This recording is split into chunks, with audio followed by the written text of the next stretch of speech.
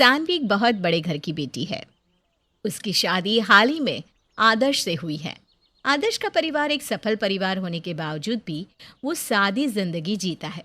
लेकिन सानवी को ऐसा ही लगता है कि दुनिया में सबसे ज़्यादा अमीर उसी का परिवार है। सानवी के अंदर बहुत घमंड है, इसलिए वो हमेशा अपने ससुराल वालों को छोटा समझती है। एक दिन सानवी की जेठानी पंखुड़ी ने उससे कहा, सानवी, सब लोग तुम्हारा इंतजार कर रहे हैं, चलो नाश्ता करने। भाभी प्लीज, आप मेरा नाश्ता कमरे में भिजवा दो, मैं किसी के साथ खाना नहीं खा सकती। अरे लेकिन सानवी, हम सब तो साथ मिलकर ही खाना खाते हैं और इससे प्यार बढ़ता है।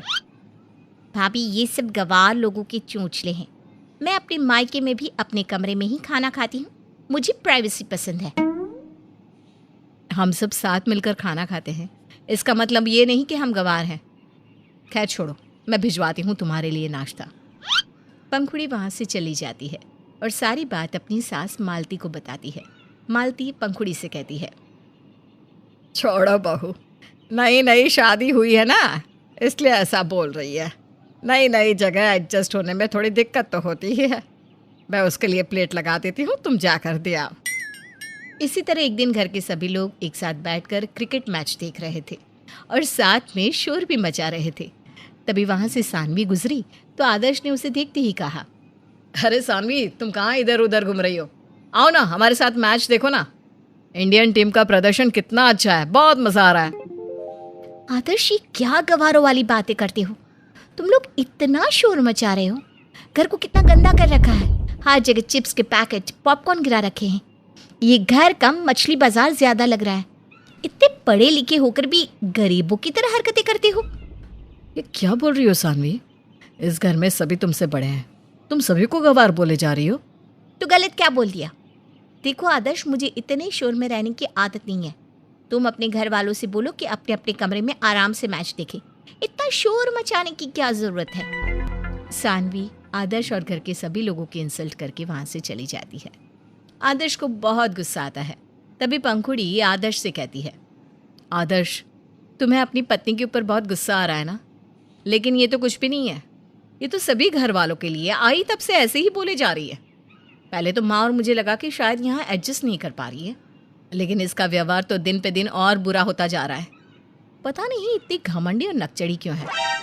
भाभी, आपने ये बात पहले क्यों नहीं बताई मुझे माँ जी ने बताने के लिए मना किया था। माँ अपने भाभी को क्यों मना किया? अभी सानवी की बच्ची को ठीक करता हूँ। आदर्श, खबरदार अगर तूने बहू को कुछ कहा तो। रिश्ते लड़ाई झगड़े से नहीं बल्कि प्यार से बनते हैं। आज के बाद घर में कोई उसे कुछ नहीं कहेगा। उसे जैसे इस घर में रहना है वो वैसे ही रहेगी। उस दिन के बाद घर में कोई भी सानवी से कुछ नहीं बोलता। उसके जो मन में आता वो वही करती। वो घर का कोई काम भी नहीं करती। एक दिन वो सोचती है, घर का कोई भी सदस्य मुझसे कुछ नहीं कहता। मेरे मन में जो आता है मैं वही करती हूँ। मेरे कपड़े मुझे टाइम से धुले हुए मिल जाते हैं। घर की साफ़ सफाई मुझे नहीं करनी पड़ती और खाना माँ और भाभी मुझे देकर चली जाती हैं। और तो और खाली प्लेट भी खुद ही लेने आती है। इस घर के लोग थोड़ी अजीब लगते हैं। सानवी ये सब सोच रही थी कि तभी वहाँ पर आदर्श आ जाता है और बिना कुछ बोले बेड पर आकर लेट जाता है। सानवी जब उसे ऐसे देखती है तो कहती है, अरे आदर्श, आप कब आए? मेरा तो ध्यान ही नहीं गया। कुछ बोला भी नहीं, आते ही लेट गए।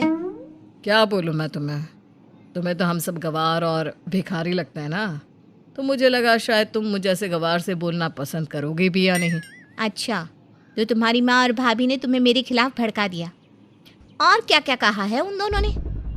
मेरी माँ तुम्हारी तरह नहीं है। उन्होंने तो मुझे मना किया था कि मैं तुमसे कुछ ना बोलूं, और आज के बाद मेरी माँ या भाभी के बारे में तुम भी कुछ मत बोलना। तुम अपनी माँ और भाभी का नाम सुनते ही इतने आग बबूला क्यों हो गए? ऐसा तो कुछ नहीं कहा मैंने। वो तुम्हारे बारे में या तुमसे कुछ नहीं बोलते ना, तो बेहतर होगा तुम भी उनके बारे में कुछ मत बोलो। और तुम्हारे पास उनके खिलाफ बोलने के लिए है ही क्या? तुम्हारा हर काम तो वही करती हैं और कभी तुमसे कुछ कहती भी नहीं। जब से तुम शादी होकर इस घर में आई हो, तुमने घर के किसी भी काम में हाथ बटाया है? अरे सबको छोड़ो, तुमने मेरा और अपना भी कोई काम नहीं किया आज तक। ये बोलकर आदर्श सो गया। लेकिन सानवी को पहली बार ऐसा लगा कि उसे किसी ने आईना दिखा दिया। आदर्श की बातों ने उसे अपने बर्ताव पर सोचने को मजबूर कर दिया। एक दिन सभी लोग साथ में बैठकर नाश्ता कर रहे थे और सानवी सबसे अलग बैठकर अपने फ़ोन में लगी हुई थी। तभी वहाँ उसके पिता महेश आ गए। महेश मालती के सामने हाथ जोड़ते हुए कहने लगे, नमस्ते समधन जी, कैसे हो आप? सानवी ने पहली बार किसी के सामने अपने पिता को इतना झुकते हुए देखा था। उसे ये देखकर हैरानी हुई और वो सोच में पड़ गई। मेरे पापा के आगे पीछे लोगों की भीड़ लगी रहती है और वो यहाँ मेरी सास के सामने इतनी विनम्रता से झुककर नमस्ते कर रहे। बात कुछ समझ में नहीं आ रही। सानवी ये सब सोच ही रही थी कि तभी उसकी सास ने उसे आवाज़ देते हुए कहा, सानवी बहू, तुम्हारे पिताजी आए हैं, मिल लो। मैं तब तक चाय नाश्ता बना लेती हूँ। सानवी अपने पिता से मिलने आती है और कमरे के बाहर खड़ी रहती है। वो अपने पिता की बातें सुन रही थी।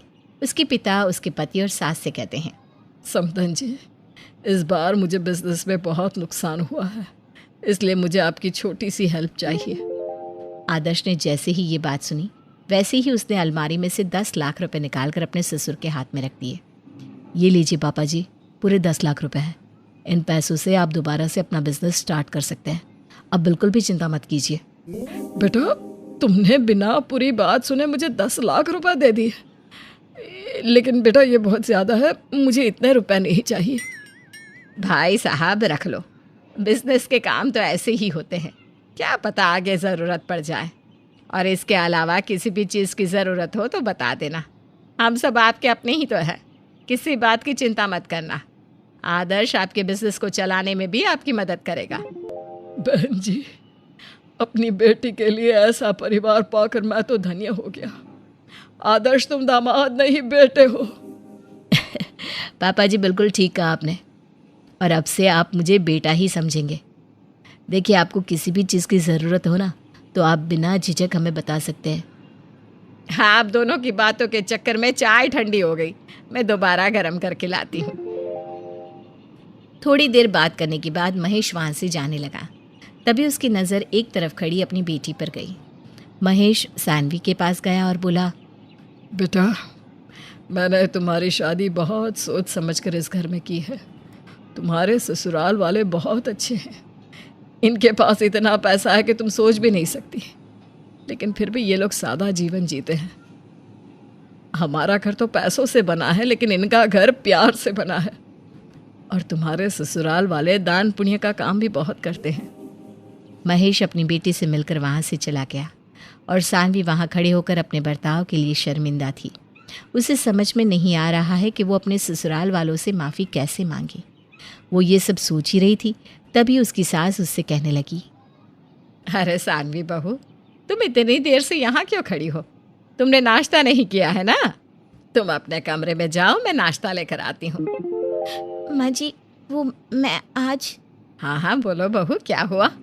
माँ जी, मैं आप सबके साथ नाश्ता करूँगी। मालती ये सुनकर हैरान तो हो गई, लेकिन उसने खुश होकर कहा, हाँ हाँ क्यों नहीं बहू, आओ आओ। सानवी सबके साथ बैठकर नाश्ता करने लगी और साथ ही साथ कोशिश करने लगी कि वो सबके साथ घुल मिल जाए। मालती ने तो सानवी को अपने परिवार में खुले दिल से स्वीकार कर लिया है, लेकिन सानवी की कड़वी बातों ने आदर्श और पंखुड़ी के दिल में घर कर लिया है। पता नहीं सानवी अपने पति और जेठानी का दिल कभी जीत भी पाएगी या नहीं। हिना अपने पति सचिन और सास ससुर के साथ मौजपुर गांव में रहती थी। एक दिन हिना पुरानी फिल्म खुशबू देख रही होती है। उस फिल्म की हीरोइन अपने परिवार से तुकबंदी में बात करती है। हिना को ये बात बहुत ही आकर्षित करती है। अरे वाह, ये तो बहुत ही अनोखा अंदाज है बात करने का। अगर मैं भी कोशिश करूं तो ऐसे ही बात करना सीख सकती हूँ। हिना धीरे धीरे तुकबंदी का अभ्यास करती है और अपने परिवार से तुकबंदी में ही बातें करने लगती है।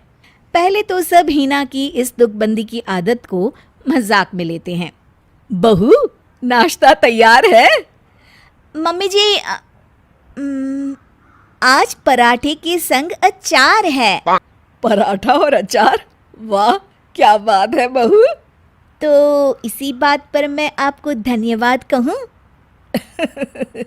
ये किस तरह से बात कर रही है तू?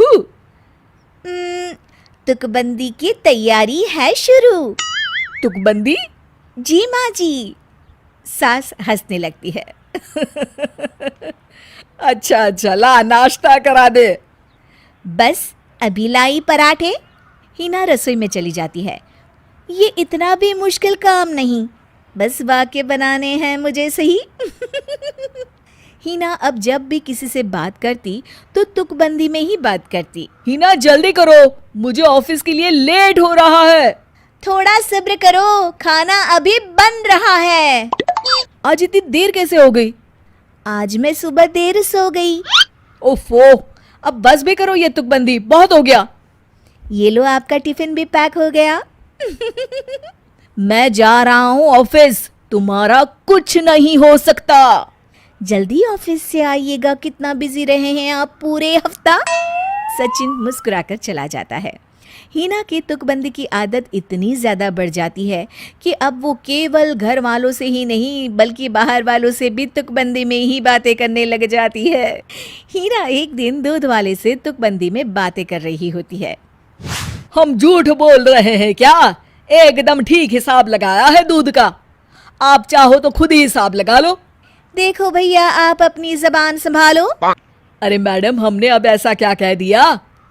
यही कि हमने आपकी ईमानदारी पर शक किया। दूध वाले को समझ में नहीं आता कि हिना ऐसे क्यों बातें कर रही है। आप जितना बनता है उतना ही पैसा दे दीजिए। हाँ हाँ, ये लीजिए। हिना की सास ये सब देख रही होती है। उसे बिल्कुल भी अच्छा नहीं लगता कि उसकी बहू बाहर वालों से इस तरह से बातें करे। हिना, इधर आओ। जी माँ जी, क्या काम है बताओ। अरे बहू, हम सबके साथ तो ठीक है, पर कम से कम बाहर वालों के साथ तो तुकबंदी में बात मत किया कर। क्यों माँ जी, बाहर वालों से तुकबंदी में कैसा डर? ओहो, तुमसे तो बात करना ही बेकार है।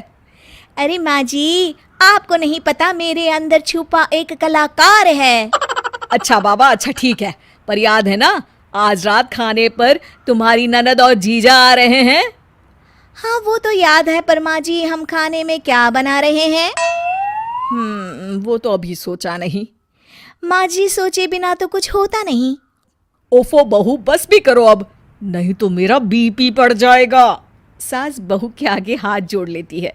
अरे माँ जी, आज की पार्टी में खूब मजा आएगा। शाम को हिना की ननद रीतू और उसके ससुराल वाले खाने पर आते हैं। सब हंसकर बातें कर रहे होते हैं। इतने में रीतू का बेटा पिंटू भागते भागते टेबल पर रखा लैंप तोड़ देता है। पिंटू बेटा, ऐसे शैतानी नहीं करते। तुकबंदी की बुरी आदत के कारण हिना जवाब दिए बिना नहीं रह पाती, पर इस बार उसकी तुकबंदी उसी पर भारी पड़ जाती है। चलो पिंटू, इधर आओ, यहाँ बैठो। अरे रीतू, हमारा इतना अच्छा लैंप तोड़ दिया उसने, जरा उसको जोर से डांटो। हिना की बात सुनकर सब चौंक जाते हैं। सचिन किसी तरह बात संभालता है। अरे कोई नहीं, हिना, बच्चों से तो गलती हो जाती है ना। हाँ, और ऐसे ही तो फिर उनकी आदत बिगड़ जाती है ना। ये सुनकर रीतू को गुस्सा आ जाता है। भाभी, आप कहना क्या चाहते हो कि हम पिंटू की सही परवरिश नहीं कर रहे? और नहीं तो क्या, कितना शैतान है, अब हम अपने मुंह से क्या कहें? भाभी, एक तो आप अपनी ये तुकबंदी बंद करो। रीतू, अब तुम अपनी हद में रहो। बस बहुत हो गया। भैया, आप कुछ कहते क्यों नहीं? क्योंकि वो तुम्हारे पति जैसे जोरू के गुलाम नहीं।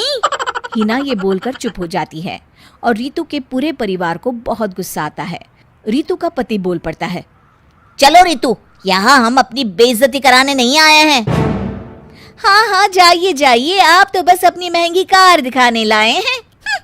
हिना को अपनी गलती का एहसास होता है कि उसने जोश में आकर कुछ ज्यादा ही बोल दिया और तुकबंदी के चक्कर में सारी बातें सच सच बता दी। रीतू और उसके घर वाले वहां से जाने लगते हैं। अरे आप लोग तो बुरा मान गए, मैं तो बस तुकबंदी कर रही थी। तुकबंदी की आड़ में आपने हमारी बेइज्जती कर दी भाभी। हाँ। वो सब चले जाते हैं। बहू, आज तेरी इस तुकबंदी के चक्कर में हमारी कितनी बेइज्जती हो गई। हाँ हिना, तुम क्या थोड़ी देर चुप नहीं बैठ सकती थी? मुझे माफ कर दीजिए आप लोग, मेरे दिल में जो था वो बस तुकबंदी की वजह से निकल गया। हिना से उसके परिवार वाले बहुत गुस्सा हो जाते हैं। हिना को अपनी इस तुकबंदी करने की वजह से बहुत भुगतना पड़ता है। पर इस हादसे के बाद वो अपनी तुकबंदी की आदत भूल जाती है और धीरे धीरे घर वाले भी उसे माफ कर देते हैं। शीला को बहुत दिन से अपने बेटे राकेश के लिए एक खूबसूरत और घर संभालने वाली लड़की की तलाश थी, पर जैसी लड़की शीला को चाहिए थी वैसी लड़की राकेश के लिए मिल ही नहीं रही थी। शीला की आदत थी कि वो रोज शाम को अपनी सहेलियों के साथ पार्क में घूमने जाया करती थी। शीला सोचती है कि आज शाम को जब मैं अपनी सहेलियों से मिलूंगी तो उन्हीं से एक अच्छी लड़की के बारे में पूछूंगी। शाम को पार्क में मेरे राकेश के लिए एक सुंदर और घर संभालने वाली लड़की चाहिए। अगर तुम लोगों की नज़र में कोई अच्छी लड़की हो तो मुझे बताना। एक अच्छी लड़की मेरी नजर में तो है, लेकिन वो लड़की ना पढ़ी लिखी नहीं है। पर इतना कह सकती हूँ कि वो लड़की बेहद खूबसूरत है और तेरा घर तो बहुत अच्छे से संभाल लेगी। मुझे कौन सी उससे नौकरी करानी है, मुझे तो बस एक सुंदर बहू चाहिए। घर जाकर शीला उस लड़की के बारे में राकेश को बताती है। फिर शीला और राकेश उस लड़की को देखने जाते हैं। सुमन सच में बेहद खूबसूरत थी। शीला और राकेश दोनों को सुमन पसंद आ जाती है। फिर दोनों की शादी हो जाती है। शादी के 2 दिन बाद शीला घर पर कीर्तन रखती है।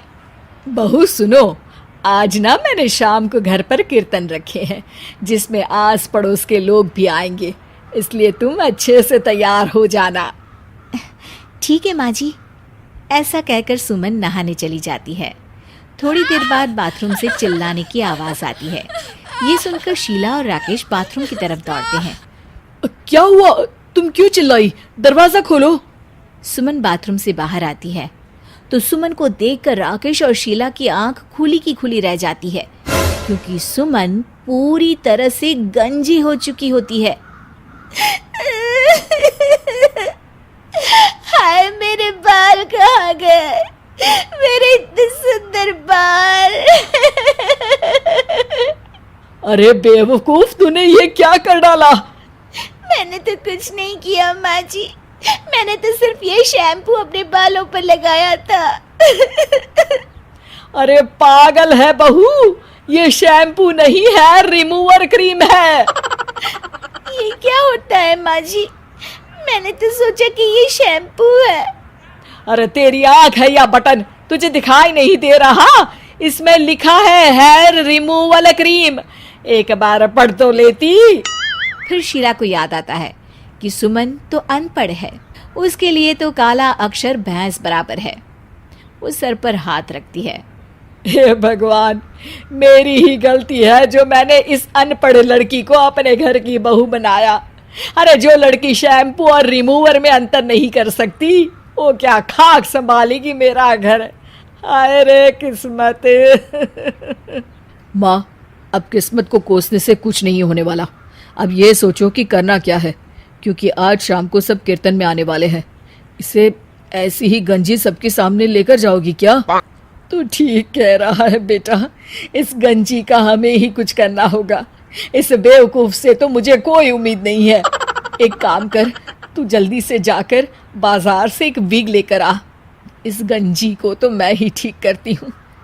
राकेश बाजार चला जाता है और वहां से सुमन के लिए विग लेकर आता है। बाजार से आने के बाद, ये लो माँ, विग ले आया। अब जल्दी से इस गंजी का कुछ करो, नहीं तो आज शाम को सबके सामने हमारी नाक कट जाएगी। तू चिंता मत कर बेटा, मैं इसे ऐसा तैयार करूंगी कि पता ही नहीं चलेगा कि ये गंजी है। वो सुमन की तरफ देखती है। अब रोते हुए क्या खड़ी है? चल मेरे साथ, मैं करती हूँ तेरे गंजेपन का इलाज। शीला सुमन को विग लगाकर इस तरह से तैयार करती है कि उसे देखकर ये कोई कह ही नहीं सकता कि शीला गंजी है। शाम होती है, सब कीर्तन में आते हैं। शीला सुमन को सबसे मिलवाती है। शीला की सभी सहेलियां सुमन की बहुत तारीफ करती है। अरे वाह जी वाह, मानना पड़ेगा शीला, कहाँ से ढूंढ कर लाई इतनी खूबसूरत बहू। कीर्तन चलता रहता है। तभी थोड़ी देर बाद सुमन सबके लिए चाय लेकर आती है। जब सुमन चाय लेकर आती रहती है, उस समय उसके बाल फूलों की लड़ियों में फंस जाते हैं और सुमन की विग निकल जाती है। जिसे पकड़ने के चक्कर में सुमन के हाथ से चाय की ट्रे छूट जाती है और सबकी नजर सुमन पर पड़ती है। सुमन को गंजा देखकर सब लोग जोर जोर से हंसने लगते हैं। शीला की सभी सहेलियां शीला को कहती हैं, अरे वाह रे शीला, ये तो सच बात है कि तेरी गंजी बहू जैसी तो किसी की बहू नहीं है। सब जोर जोर से हंसने लगते हैं। शीला की सहेली का 5 साल का पोता भी कीर्तन में आया था। वो भी सुमन को देखता है और ताली बजाते हुए कूदने लगता है। गंजी आंटी, गंजी आंटी, गंजी आंटी। सबको यूं हंसता हुआ देखकर सुमन को बहुत शर्मिंदगी महसूस होती है और वो रोने लगती है। सबकी आवाज़ सुनकर राकेश भी कमरे से बाहर निकलता है और सबको कहता है, जो भी हुआ है वो गलती से हुआ है। आप लोगों को इस तरह से किसी का मजाक नहीं उड़ाना चाहिए। मेरी सुमन हमेशा ही ऐसी नहीं रहेगी। उसके बाल फिर से आ जाएंगे और मेरी सुमन सबसे खूबसूरत दिखने लगेगी। बस बस भैया, रोक दो। हाँ बहन जी, आपके 20 रुपए हो गए। अरे क्या बात कर रहे हो, मैं रोज रिक्शा में आया जाया करती हूँ। आज तक मैंने किसी भी रिक्शा वाली को 10 रुपए से ज्यादा नहीं दिए। पकड़ो 10 रुपए। निकिता उसे 10 रुपए देकर चली जाती है। रिक्शा वाला उसका मुंह ताकते रह जाता है। निकिता छोटी छोटी बातों में कंजूसी दिखाने से बाज नहीं आती थी। अरे बहू, आज मुझे विमला के घर जाना है, जरा मेरे लिए ओला तो बुलवा दे। निकिता हैरानी से पूछती है, क्या ओला? अरे माँ जी, 4 कदम चलने के लिए आपको ओला चाहिए? आप इसी तरह बात बात पर पैसे लुटाएंगी तो घर कैसे चलेगा? हम बचत कैसे करेंगे? सच कहूँ तो इस घर का भविष्य मुझे अंधकार में दिखाई दे रहा है। अपनी बहू के मुंह से इतनी बड़ी बड़ी बातें सुनकर ममता कहती है, अरे बस कर मेरी माँ, मैं कहीं नहीं जा रही। मैं चली कमरे में। क्या फूटी किस्मत है मेरी जो ये मक्खी चूस मेरी बहू बनकर आई है। ये तो मेरे कफन पर भी पैसे नहीं खर्च करेगी। एक दिन बाजार में खरीदारी करते समय, हाँ हाँ भैया, इसे भी पैक कर दो और वो वाला भी सारा ही पैक कर दो। ये लीजिए बहन जी, इन सब सामान के 1000 रुपए हुए। अरे पागल बना रहे हो? एक तो चाइना माल बेच रहे हो, ऊपर से इतने ऊंचे दाम बता रहे हो। मैं तो सिर्फ 500 रुपए दूंगी, लेना है तो ले लो। अरे बहन जी, ये तो लागत के भी पैसे नहीं है। क्या कर रही हैं आप? अरे मुझे मत सिखाओ, ये लो पैसे, इससे ज्यादा 1 रुपया नहीं मिलेगा। दुकानदार देखता ही रह जाता है और निकिता वहां से चली जाती है। निकिता की इन हरकतों से परेशान होकर एक दिन उसकी सास उसे समझाने की कोशिश करती है, लेकिन निकिता अपनी सास को ही 2 बातें सुना देती है। एक दिन, चलो जल्दी, देर हो रही है। अरे 2 मिनट रुकिए ना, ये दरवाजा बंद नहीं हो रहा है। अरे बहू, मैंने तुझसे कितनी बार कहा है कि किसी को बुला के ये दरवाजा ठीक करवा ले, लेकिन तू है कि सुनती ही नहीं। ज्यादा से ज्यादा 200-400 रुपए का खर्च आएगा, और क्या। माँ जी, आप सारा दिन घर में बैठी पैसे खर्च करवाने के तरीके सोचती रहती हैं क्या? मुझे ठीक नहीं करवाना, जैसा है वैसा ही रहने दो। उसी रात निकिता के घर में एक चोर आता है। अरे इस घर के लोग कितने बड़े बेवकूफ हैं। इस दरवाजे में तो कड़ी ही नहीं है। चोर निकिता के सारे पैसे और गहने चुरा कर ले जाता है। अरे अब तो मुझे कुछ साल तक चोरी करने की जरूरत ही नहीं पड़ेगी। सुबह जब निकिता और घर वालों को चोरी का पता चलता है तो निकिता के तो होश उड़ जाते हैं। अरे बेवकूफ, तुझे 1000 बार समझाया था कि ये दरवाजा ठीक करवा ले, लेकिन तू एक नहीं सुनती मेरी। 200-400 बचाने के चक्कर में 2-4 लाख गंवा बैठी। अरे माँ, इस नालायक को मैंने कई बार समझाया था कि जमाना खराब है, इतने सारे रुपए गहने कोई घर में नहीं रखता।